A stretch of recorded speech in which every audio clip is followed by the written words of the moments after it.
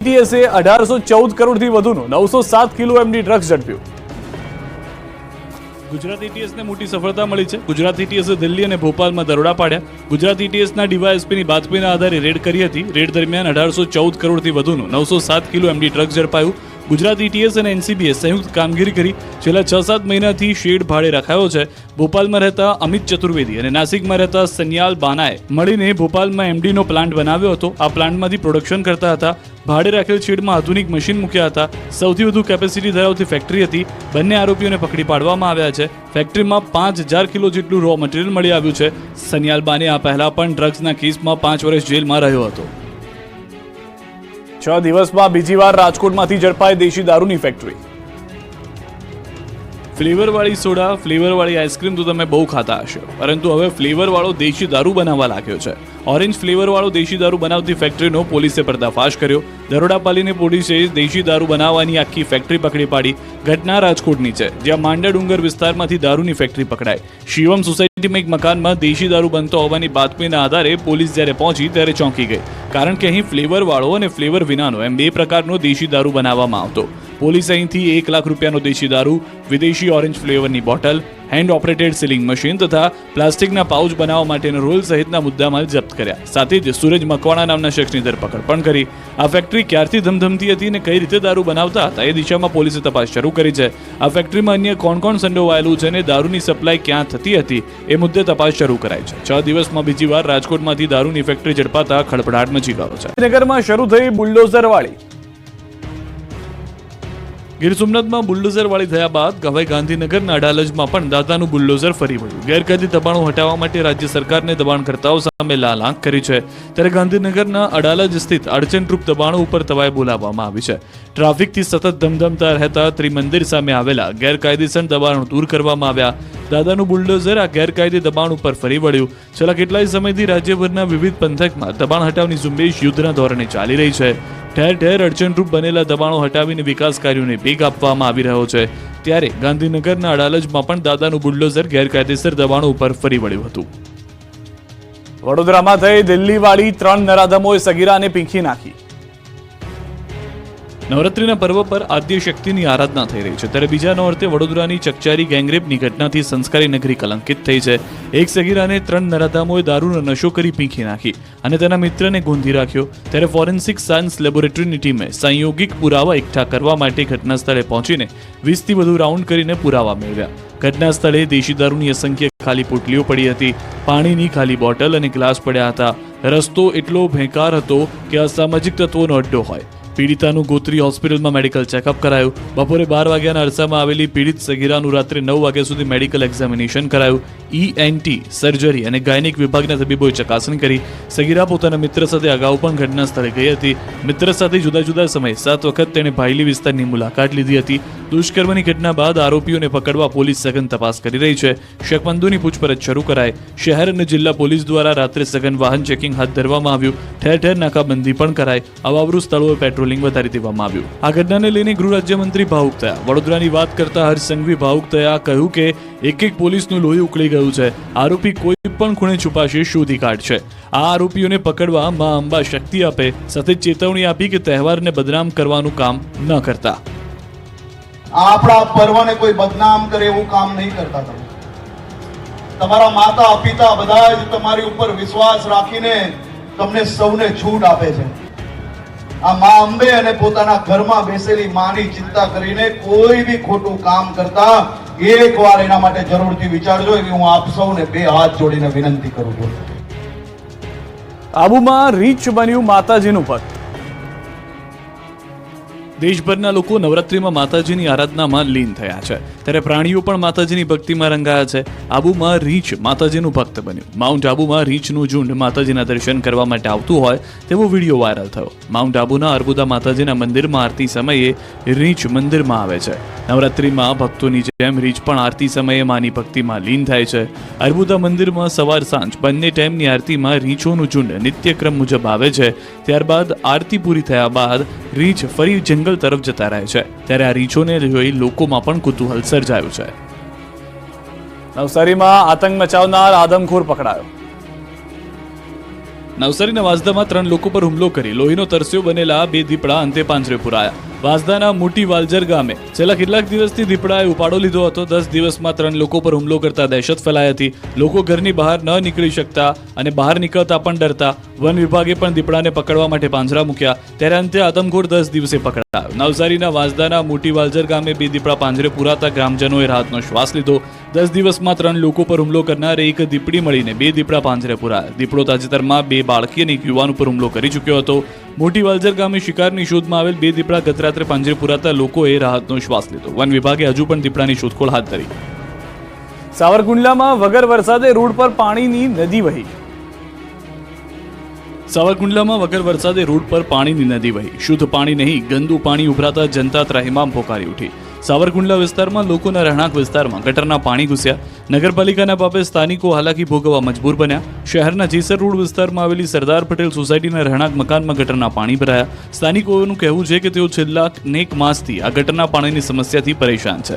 અનેક લોકો વારંવાર રજૂઆત કરી ચૂક્યા છે.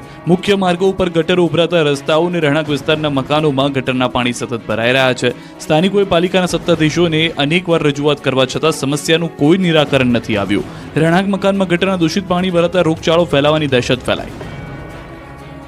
તીખા તેવર ધરાવતા ભરૂચના સાંસદ મનસુખ વસાવા અધિકારીઓ પર અકળાયા. મામલતદાર કેમ નથી અહીંયા? સેવા સેતુમાં પ્રાંત અધિકારી પણ હોય ને, સેવા સેતુમાં પ્રાંત અધિકારી પણ હોય ને. આજે પ્રાંત અધિકારી પણ નથી. સરકારનો આટલો મોટો કાર્યક્રમ, રાજ્ય સરકાર ગરીબો માટે ખૂબ ચિંતા કરે છે. ના નેત્રંગ તાલુકાના ટીડીઓ કે પછી મામલતદાર કે આ વિભાગના પ્રાંત અધિકારીને કોઈ ગરીબોની ચિંતા નથી એવું લાગે છે. બેનની પાસે ખુલાસો માંગો. કઈક આ રીતે ભરૂચના સાંસદ મનસુખ વસાવાએ અધિકારીઓનો ઉધડો લઈ લીધો. વાત એમ હતી કે ભરૂચના નેત્રંગમાં સરકારી સેવા સેતુ કાર્યક્રમ યોજાયો હતો. આ કાર્યક્રમમાં ગરીબો હાજર હતા, નેતાઓ હાજર હતા, પરંતુ સ્થાનિક અધિકારીઓ હાજર ન હતા. જેને લઈને તીખા તેવર અને ફાયરબ્રાન્ડ નેતાની છબી ધરાવતા મનસુખ વસાવા રોષે ભરાયા. જાહેર કાર્યક્રમમાં અધિકારીનો ઉધડો લઈ લીધો. ગરીબોના કાર્યક્રમમાં મામલતદાર, ટીડીઓ, તલાટી સહિતના ઓફિસરોને હાજર રહેવા ચીમકી આપી. સાથે જ ભરૂચના સાંસદ મનસુખ વસાવાએ નેત્રંગના ટીડીઓ, મામલતદારનો ઉધડો લીધો. ટીડીઓ મામલતદારના વલણને લઈને લાલઘુમ થઈ વસાવા અકળાયા. વસાવાએ કહ્યું કે મામલતદાર, ટીડીઓને ગરીબોની ચિંતા નથી કે શું? આદિવાસી વિસ્તારમાં કાર્યક્રમ છે એટલે શું તમારા બધાએ વેર ઉતારવાની? સાથે જ સરકારમાં રિપોર્ટ કરવાની પણ ચીમકી આપી. સાથે જ ચૂંટાયેલા નેતાઓને પણ કહ્યું કે અધિકારીઓની ખુશામત કરવાની બંધ કરી દો. ભક્તોનું કિડિયારું ઉભરાયું, ક્યાંય પગ મૂકવાની જગ્યા નહીં. હૈયેથી હૈયું દળાય તેવી ભીડ. નવરાત્રીનો પ્રારંભ થતાં જ પાવાગઢ ખાતે ભક્તોનું કિડિયારું ઉભરાયું છે. ચોથા નોરતે તો જાણે ભક્તોનો મહાસાગર ઘૂઘવાયો હતો. રવિવારે મોટી સંખ્યામાં ભક્તો પાવાગઢ માના દર્શન કરવા માટે પહોંચ્યા હતા. યાત્રાધામ શક્તિપીઠ પાવાગઢ ખાતે વહેલી સવારથી ભક્તોનું કિડિયારું ઉભરાયું હતું. હૈયેથી હૈયું દળાય તેવી ભક્તોની ભીડ જોવા મળી હતી. શક્તિપીઠ પાવાગઢ ખાતે મા મહાકાળીના દર્શનાર્થે લાખોની સંખ્યામાં ભક્તો આવી રહ્યા છે. નિજ મંદિર જવાના પગથિયા પર અભૂતપૂર્વ ભક્તોનો ધસારો જોવા મળ્યો. સવારે 4 વાગે મંદિરના કપાટ ખુલતા જ પાવાગઢ ડુંગર માતાજીના જયઘોષથી ગુંજી ઉઠ્યો.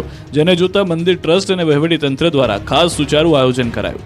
મંદિર ટ્રસ્ટ દ્વારા યાત્રાળુઓ માટે પીવાનું પાણી, સ્લોટ મુજબ દર્શન વ્યવસ્થા, નવરાત્રી દરમિયાન નિજ મંદિર વહેલું ખુલ્લું મૂકવા, સફાઈ કામગીરી સહિતનું આયોજન કરાયું. ભક્તોના અભૂતપૂર્વ ધસારાને લઈને મંદિર અને યાત્રિકોની સુરક્ષાને ચુસ્ત પોલીસ બંદોબસ્ત ગોઠવવામાં આવ્યો છે. સમાચાર હાલમાં મળી રહ્યા છે. ટૂંક સમયમાં મોટો પરિપત્ર. ઓપીએસ ને લઈને સરકારનો નિર્ણય. કર્મચારીઓને જૂની પેન્શન યોજનાનો મળશે લાભ. જે હાલમાં જાણકારી મળી રહી છે, કર્મચારીઓને 7મા પગાર પંચનો પણ લાભ મળશે.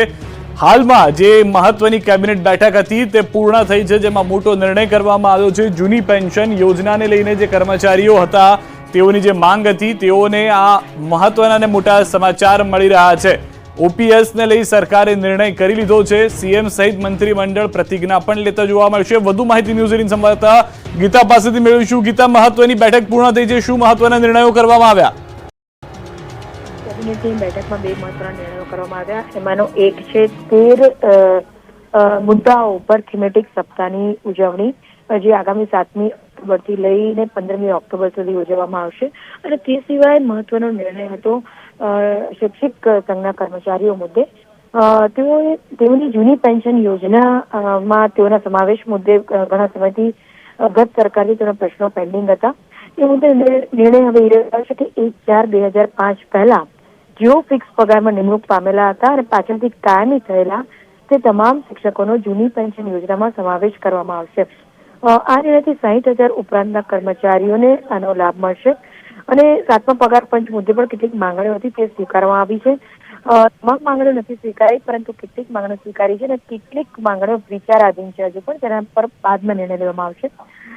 જે 60,000 કર્મચારીઓને જૂની પેન્શન યોજનાનો જે લાભ આપવાની વાત છે તેને લઈને 200 કરોડ જેટલું ભારણ રાજ્ય સરકારની તિજોરી પર દર વર્ષે આવશે. જી મંત્રી તરીકે જ્યારે નરેન્દ્ર મોદી રહ્યા હતા તેમની જે સફળતા રહી છે રાજ્ય સરકારની અંદર તેને લઈને પણ કંઈક ખાસ ઉજવણી જોવા મળી શકે. જી બિલકુલ. આજે 13 મુદ્દાઓની મેં આપણે વાત કરી તે પીએમ નરેન્દ્ર મોદી જ્યારે ગુજરાતના સીએમ બન્યા હતા તે 6 ઓક્ટોબરે બન્યા હતા પહેલી વખત, અને ત્યારબાદ સીએમ અને પીએમ કુલ તેમનો કાર્યકાળ 22 વર્ષનો પૂર્ણ થઈ રહ્યો છે. એને લઈને કુલ 13 મુદ્દાઓ નક્કી કરવામાં આવે છે, જેને એ 13 મુદ્દાઓ તમામ વર્ગોને સાંકળતા હશે. તેની ઉજવણી પણ તમામ વર્ગો સુધી પહોંચતી હશે અને તે ઉજવણી દર વર્ષે કરવામાં આવશે. આ 13 મુદ્દાઓની જો વાત કરીએ તો પદયાત્રા, સાંસ્કૃતિક કાર્યક્રમો, વિકાસ કરતા પ્રદર્શન, યુવાનો માટે ઝુંબેશ, સફળતા મુદ્દે શાળાઓમાં નિબંધ લેખન અને innovation challenge, best from waste installation, mobile exhibition, વિકાસ ઇનોવેશન એક્સપો, વૃક્ષારોપણ કાર્યક્રમો, બીજ ચિત્રો, પ્રવચન અને ક્વિઝ અને ભારત વિકાસની પ્રતિજ્ઞા જે આવતીકાલથી તમામ અધિકારીઓ અને મંત્રીઓ લેશે. આ તમામ મુદ્દાઓનો સમાવેશ થાય છે. આ તમામ મુદ્દાઓ ઉપર અલગ અલગ જગ્યાએ જિલ્લા અને સમગ્ર રાજ્યમાં શહેરોમાં કાર્યક્રમો યોજાશે. જી આભાર ગીતા સમગ્ર માહિતી બદલ. તો 5 મંત્રીશ્રીની જયારે કમિટી હતી જીતુભાઈ વાઘાણી સાહેબ દ્વારા 16/9 જયારે 22માં સમાધાન થયું અને 5 મંત્રીએ જાહેરાત કરી ત્યારે અમે જીતુભાઈને પણ આ તકે કે એમને અમારા એ વખતે 14 પ્રશ્નો એક સાથે ગુજરાતના ઇતિહાસમાં સોલ્વ થયો એવો પહેલો દાખલો હતો ને રવિવારના દિવસે ઠરાવો બહાર પડ્યા હતા અને છેલ્લો ઠરાવ અમારો લોકસભા પહેલા જે અમારા 10/14 વાળી જે વાત હતી અને 2005 પહેલાના એ મહત્વના પ્રશ્નો બાકી હતા એ અત્યારે ડિક્લેર કરવાના. અગાઉ પણ સરકાર સાથે જ્યારે અમારા આંદોલન વખતે સરકારે જે જાહેરાતો કરેલી હતી એમાં મોટાભાગના પ્રશ્ન કરી અને ત્યારે પણ જીતુભાઈએ ખૂબ અમને સરકાર સાથે સંકલન કરીને આ જ મુખ્યમંત્રીશ્રી સાથે ચર્ચા કરીને આ પ્રશ્નોની જાહેરાત કરી હતી. એટલે સરકાર સાથે જે સમાધાન થયું હતું એ મહત્વનો પ્રશ્ન હતો. એટલે વારંવાર 2005 પહેલાના કર્મચારીઓ સ્વયંભૂ રીતે કરતા હતા, મંડળો દ્વારા અલગ અલગ પ્રકારના આંદોલનો આપવામાં આવતા હતા. અમે પણ અત્યારે 17 તારીખે ઓનલાઈનની બહિષ્કારની વાત હતી અને 6, 13 અને 20 અને 27 ધરણા કાર્યક્રમની વાત હતી જે અમે 17 અને જે અમારી 6 તારીખના સ્થગિત કાર્યક્રમો આપવામાં આવેલા હતા અને આજે સરકારે જ્યારે જાહેરાત કરી છે ત્યારે અમારા હવે પછીના 3 રવિવારના ધરણાના કાર્યક્રમ છે એ પણ હાલ અમે સ્થગિત અને મોકૂફ રાખવામાં આવે છે સરકારના નિર્ણયને. જ્યારે ઋષિકેશભાઈ અને સમગ્ર 5 મંત્રીઓ આ નિર્ણય કરીને 5 મંત્રીઓના અધિકારીએ જ્યારે આ નિર્ણય કર્યો છે અને માનનીય મુખ્યમંત્રીશ્રી સાથે અમે સમગ્ર સરકારના માનનીય મુખ્યમંત્રીશ્રીનો, ઋષિકેશભાઈનો અને 5 મંત્રીની કમિટીના સભ્યશ્રીઓનો અને તમામ અધિકારીઓનો મંડળ વતી આભાર વ્યક્ત કરી છે. અસ્તુ ભારત માતા કી જય.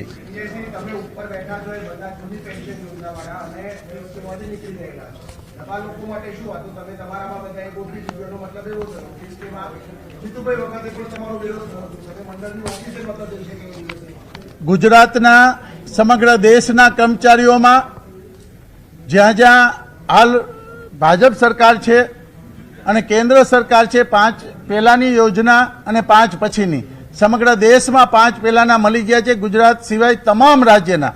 ગુજરાત એક જ બાકી હતું જે સમાધાન થયેલી વાત હતી. 5 પછીની અમારી લડાઈઓના કારણે અલગ અલગ રાજ્યોમાં અને કેન્દ્ર સરકાર પણ એ વિચારી અને આજે એક 50% સુધી જે અમારું હાલ અમને 3 થી 4 હજાર પેન્શન મળતું હતું એ અત્યારે ફિક્સ પેન્શન યોજના જે મળી શકે 50% મુજબ એટલે કે જે યુપીએસ જે જાહેર કર્યું છે એ હાલ એનો બેઝિક હોય એનો 50% એટલે કે અમે અમારી લડાઈ અડધે સુધી પહોંચી છે અને હજી આ લોકો અમારા કર્મચારીઓ 35 સુધી એ નવા કર્મચારીઓ છે. આવનાર સમયમાં અમારી લડાઈઓ કેન્દ્રની અંદર અને કેન્દ્ર સરકારના તમામ અમારો અખિલ ભારતીય પ્રાથમિક શિક્ષક સંઘ દ્વારા હમણાં જ અમારી છેલ્લી મીટિંગ 30 તારીખે નિર્ણયથી રાજ્યના ખૂબ મોટી સંખ્યામાં આ ફાયદો થવા જઈ રહ્યો છે. બાકીના જે એમના મુદ્દાઓ હતા એ મુદ્દાઓ અંગે પણ ખૂબ ઝડપથી ચર્ચા વિચારણા કરી અને ફરીથી અધિકારીઓ વહીવટીતંત્ર સાથે આ મંડળ સાથે ફરીથી એક વખત બેઠક કરી આ બાબતેનો યોગ્ય નિર્ણય લેવામાં આવશે. દેશ અને ગુજરાતમાં 21મી સદીની સ્વર્ણિમ સવાર ગુજરાતથી પડી.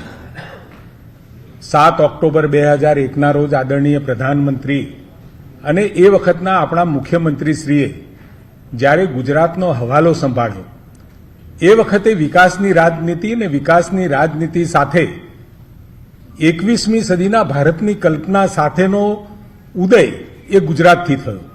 લોકોને અવેરનેસની સાથે વિકાસ સાથે જોડવાનું કામ અને તમામ દિવસોએ નવી નવી થીમેટિક સ્કીમ ઉપર થીમેટિક યોજના ઉપર સમગ્ર ગુજરાતને આંદોલિત કરવાનો આદરણીય ભૂપેન્દ્ર. અન્ય સમાચાર પર નજર કરીએ. જામનગરના અભણ ખેડૂતે કોઠા સૂઝથી રિક્ષાના એન્જિનમાંથી બનાવ્યું ટ્રેક્ટર.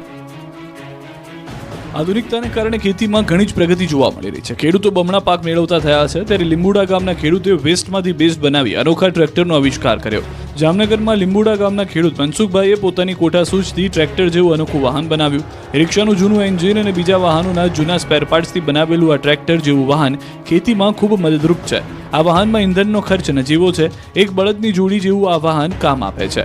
આ વાહન ખેતરમાં ચાસની અંદર આસાનીથી પાકને નુકસાન કર્યા વગર ખેતી કરવામાં ઉપયોગી નીવડે છે. માત્ર 7,000 રૂપિયામાં ડીઝલ રિક્ષાનું એન્જિન ભંગાર બજારમાંથી શોધી લાવ્યા અને ત્યારબાદ તેને જરૂરિયાત પ્રમાણે સાયકલથી માંડીને છકડા રિક્ષા સુધીના વિવિધ વાહનોના સ્પેર પાર્ટ્સ લઈ રિપેરિંગ કાર્ય શરૂ કર્યું અને પછી એન્જિન માટે ખાસ સ્ટ્રક્ચર બનાવ્યું અને તેમાં સ્ટ્રક્ચર ચલાવવા આગળ સ્કૂટરના 2 વ્હીલ અને પાછળ રિક્ષાના 2 વ્હીલ ભંગારમાંથી લઈ આવી ફિટ કર્યા અને એન્જિન કંટ્રોલ કરવા માટે જામનગરની ભંગાર બજારમાં પહોંચ્યા અને માત્ર ₹3,000માં મારુતિ વેનનું ગિયરબોક્સ લઈને ફિટ કરી દીધું. ત્યારબાદ આરપીએમ કંટ્રોલ કરવા માટે ગેર માટે ચેન દાતાની ચક્રો લઈને ટ્રેક્ટરની મારફત આ સ્ટ્રક્ચર ચલાવવા માટે જરૂરિયાત મુજબ સંશોધન કરી નવું જ વાહન બનાવવાનું શરૂ કરી દીધું અને જોતજોતામાં 5-6 મહિનામાં મનસુખભાઈની મહેનત રંગ લાવી અને મિની ટ્રેક્ટર જેવું વાહન તૈયાર થઈ ચૂક્યું.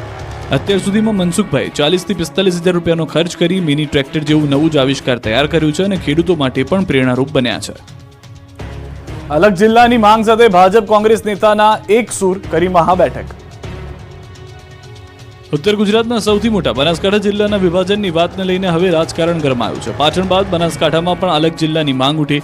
ગુજરાતના 4 જિલ્લામાં અલગ અલગ જિલ્લા બનાવવાની માંગ ઉઠી. ભાજપ કોંગ્રેસના નેતાઓ પક્ષાપક્ષી ભૂલીને એક મંચ પર સાથે દેખાયા. દિયોદરને જિલ્લા મથક બનાવી ઓગળ જિલ્લો બનાવવાની માંગ કરાઈ. દિયોદર ખાતે ભાજપ કોંગ્રેસના આગેવાનો અને સ્થાનિક લોકોની હાજરીમાં અલગ અલગ જિલ્લાની માંગ સાથે બેઠક કરાઈ.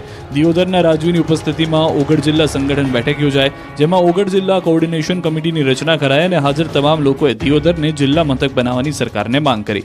મહત્વનું છે કે ભૌગોલિક દ્રષ્ટિએ દિયોદર એ પશ્ચિમ વિસ્તારના તાલુકાની મધ્યમાં આવેલો વિસ્તાર હોવાથી જો દિયોદરને જિલ્લા મથક જાહેર કરવામાં આવે તો કાંકરેજ, સુઈગામ, ભાભર, વાવ, થરાદ, લાખણી સહિતના ડીસાના, ભીલડીના 22 જેટલા ગામના લોકોને વહીવટીય કામગીરી અર્થે દિયોદર જવું ખૂબ જ સરળ પડે અને લોકો પોતાની વહીવટીય કામગીરી ખૂબ જ સરળતાથી કરાવી શકે.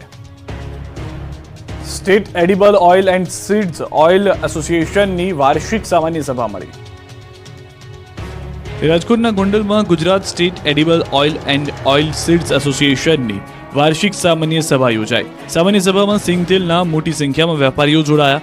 Gujarat state edible oil and oil seeds association પ્રમુખ સમીર શાહના અધ્યક્ષસ્થાને બેઠક યોજાઈ. તેમણે કહ્યું કે મગફળી તેલના ઉત્પાદન સહિતના પ્રશ્નોને લઈને સરકારને રજૂઆત કરવામાં આવશે. નિકાસ સહિતના પ્રશ્નોને લઈને આગામી સમયમાં ઉગ્ર રજૂઆત કરવામાં આવશે. સમીર શાહ દ્વારા સરકારને સૂચન કરવામાં આવ્યું. વધુમાં કહ્યું, એમએસપીની જગ્યાએ ભાવાંતર યોજના સરકાર લાગુ પાડે તેવી માંગ છે અને આ ભાવાંતર યોજના ખેડૂતોના હિતમાં છે. તો બેઠકમાં વેપારીઓના વિવિધ પ્રશ્નોની ચર્ચા કરવામાં આવી. શા માટે અમદાવાદમાં મુકાયા ઇમરજન્સી કોલ બોક્સ? એક બટન દબાવશો એટલે પોલીસ મદદે દોડી આવશે. અમદાવાદમાં નિર્ભયા સેફ સિટી પ્રોજેક્ટ હેઠળ 205 ઇમરજન્સી કોલ બોક્સ લગાવાયા. કોલ બોક્સમાં જેનું બટન દબાવતા જ પોલીસ મદદ માટે પહોંચી જશે. આ કોલ બોક્સ શહેરના ગુજરાત યુનિવર્સિટી, સિંધુ ભવન રોડ અને સેટેલાઇટ સહિતના વિસ્તારોમાં કાર્યરત થયા છે. અત્યાર સુધીમાં 167 કોલ બોક્સ કાર્યરત થયા છે. અન્ય બોક્સ ટૂંક સમયમાં કાર્યરત થશે. આ કોલ બોક્સ કોઈ પણ ઇમરજન્સી સમયે મદદરૂપ સાબિત થશે. ઇમરજન્સી કોલ બોક્સ એ દ્વિમાર્ગી સંચાર પ્રણાલી છે. જો કોઈ નાગરિક કોલ કરે છે તો પોલીસ કંટ્રોલ રૂમમાં તેનો સીધો વિડીયો કોલ દ્વારા સંપર્ક કરશે અને પીસીઆર વાન તરત જ ત્યાં પહોંચી જશે. ત્યારબાદ પોલીસ તરફથી તમારો સંપર્ક કરી સમસ્યાનું નિરાકરણ લાવવામાં આવશે. આમાં કોલ બોક્સ સંકટ સમયે નાગરિકની સુરક્ષા સુનિશ્ચિત કરતી સાંકળ છે. દરેકને સુરક્ષા પ્રદાન કરતા ઇમરજન્સી કોલ બોક્સ લોકો માટે લાઇફલાઇન બની ગયા છે. પોલીસને મદદ માટે દરરોજ સરેરાશ 30 કોલ આવી રહ્યા છે.